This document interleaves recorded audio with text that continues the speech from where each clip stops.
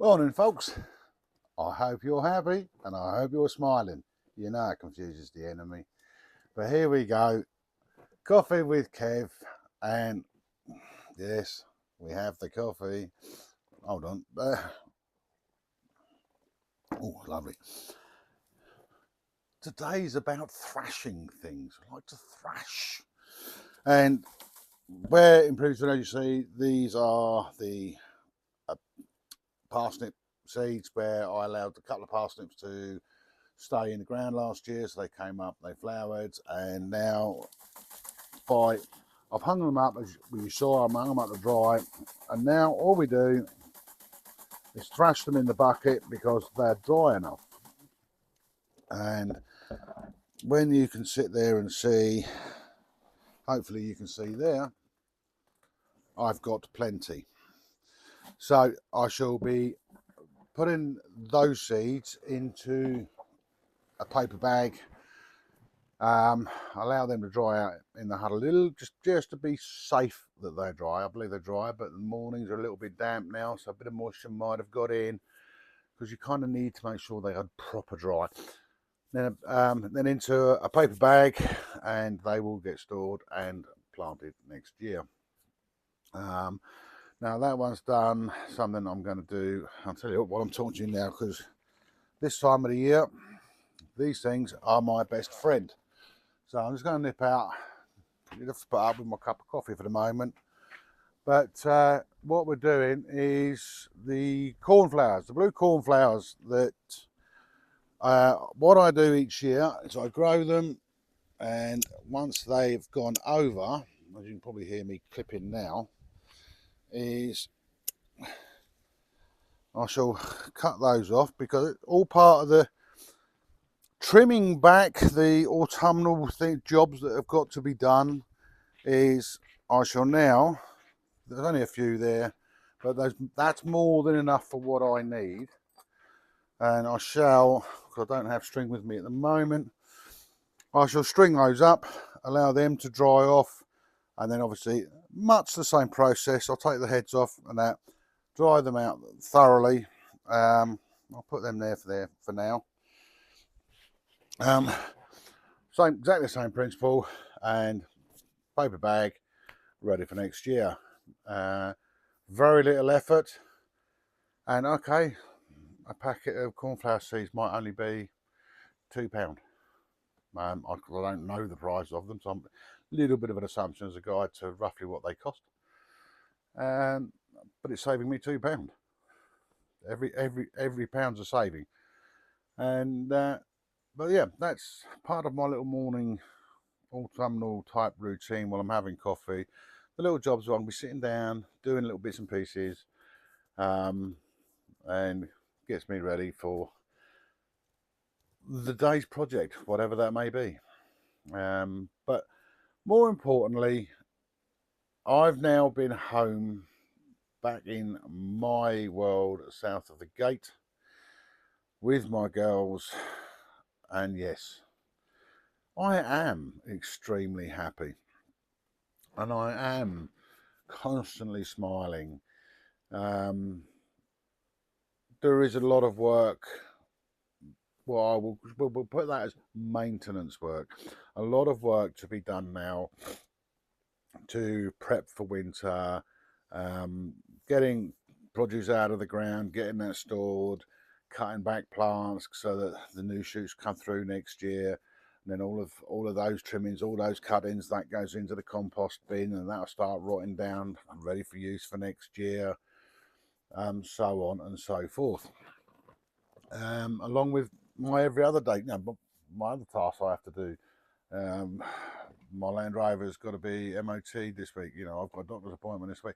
That's life. Um, Regarding, I just said doctor's appointment, nothing to worry about. It's just checkups and things. There's nothing major. This side of it, I would say extremely well, because over the course of my summer vacation, north of the gate where I earn my pennies, with my newfound best friend, my electric bicycle, I have achieved over 400 miles this summer whilst at festivals, in the way of getting this healthier, getting this a little slimmer, and just generally feeling a lot better. So yeah, a very good, although I still sort of say expensive purchase, but a very good purchase. So, and mentioning, yes, the summer vacation, the need to earn a suitable amount of pennies so that I can live this life of mine here. Um, as explained in a previous video, I've done a lot of observing. I've always been an observer, people watcher. It's one of the most fascinating pastimes on the planet, I think. It's wonderful what the human being does. But, you know, asking questions and becoming a little more aware than I thought I was with regard to the outside world. It's not good out there. I'm not going to rattle on this one about that because it's quite a broad subject, and it's something I should bring up occasionally with my coffee with Kevs, and how, and I may even do a major sort of, my Sunday video, do one where to give you guys, for those of you that aren't living in an alternative way, because for those of you that are, you kind of know. For those of you that aren't, you have knowledge. Yes, I'm not denying that. But when you live and experience, and it is a daily thing of being in an alternative way, maybe in the comments, maybe you guys can answer this. Those of you, well, anybody, please, all the comments, you know, I love them. But for those of you that are living in an alternative way, it was suggested to me that, one, as you're aware, I'd lost touch with the outside world to exactly how it's going on. Yes, I keep an eye on the outside world, but obviously not sufficiently. But do I want to? A good friend of mine, just so happens, she's the one that looks after my girls. She said to me, isn't the whole ethos of living alternatively about ignoring the outside world and not having anything to do with the outside world? Blackberry seed. Um, yes, she has a very valid point. Do I really want to know what's going on out there? No. And I think for most of us that do actually live in alternative ways, um, have that tendency to not want to know and not keep an eye on that side of life. Most of us are doing. I mean, everybody that lives alternative, they all have their own particular reasons, very individual reasons. Um, you know, some because of a massive desire to be with nature. In the modern world, the as I'm not the Bible, so you know, but in the modern world, with what I've been chatting with a lot of people, very peopled out,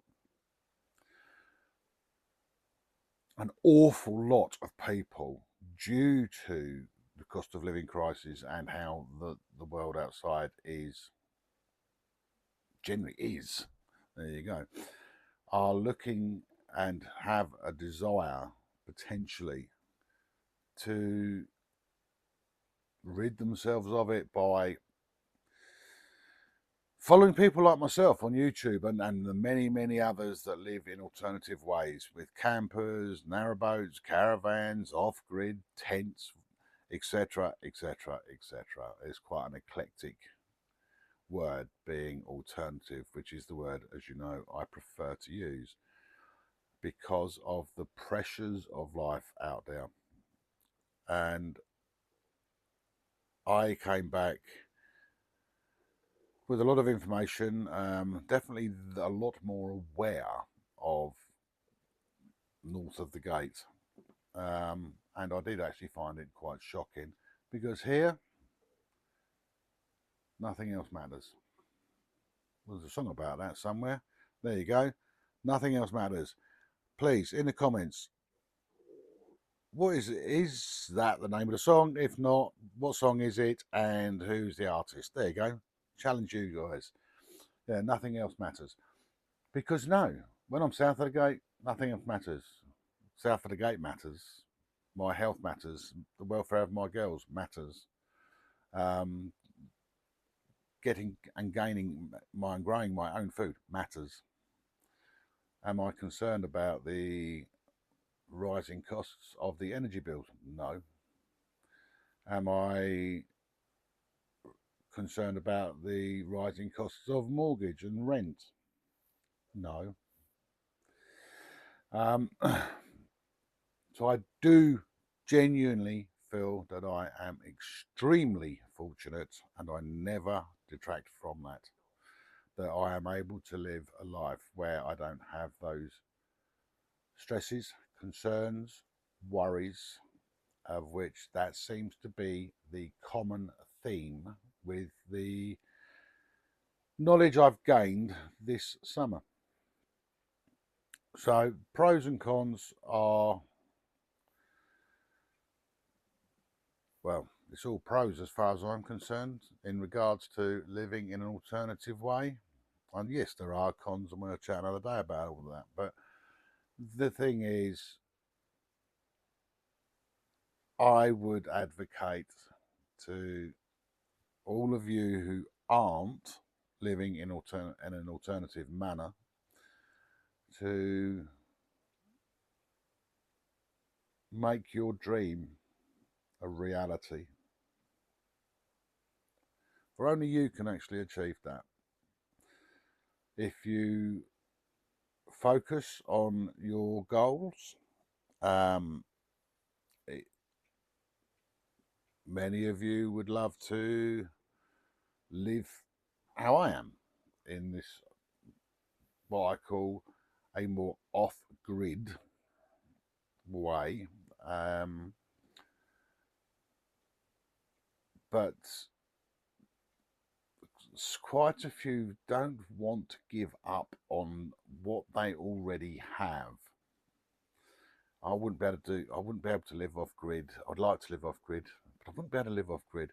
I'd need my tumble dryer. I'd need my hair dryer. I'd need my hair straighteners. I'd need my Ninja cookware and air fryers and the latest fancy washing machine, and that list goes on. You do have to give up on,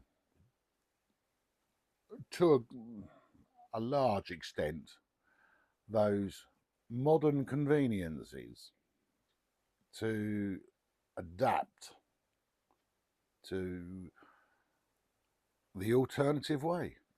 For it wouldn't be alternative if you were living off grid and had all of your modern appliances. You would need a lot of electricity, a very expensive setup regarding solar, wind, hydro, or just running a generator, and then you've got to buy the fuel. You do have to minimalise your life. My only suggestion is, for any of you that are thinking or have a desire, start practicing. Do away with the tumble dryer. Learn to cope with your hair without a hairdryer or hair straighteners, or you get my gist. Um, Try to prepare yourself, instead of having where I am aware of people that have gone into an alternative way of life and decided it wasn't for them. A lot of it was because they couldn't do without the modern things and the latest technology, etc., etc. So yes, my message to you today, folks, is look at me. If I can do this, anybody can do this. Yes, I'm aware from many comments be, oh, but it costs and it costs. Yes, there is a cost, and yes, I had to pay. Um, you know, buying my land, I had to buy my land. No, there'll be people, you shouldn't have to do this, and it shouldn't be expensive. I understand that, and I am with you on that. For I believe that all I've done is I've paid money for the right to be the custodian of my land. To me, I don't own it. I've just paid for the privilege of being able to be a custodian of this land, to hopefully leave this land in a better place, in a better situation than it was before I came here. But think about whittling down all of your modern conveniences, and seeing how you can work without them.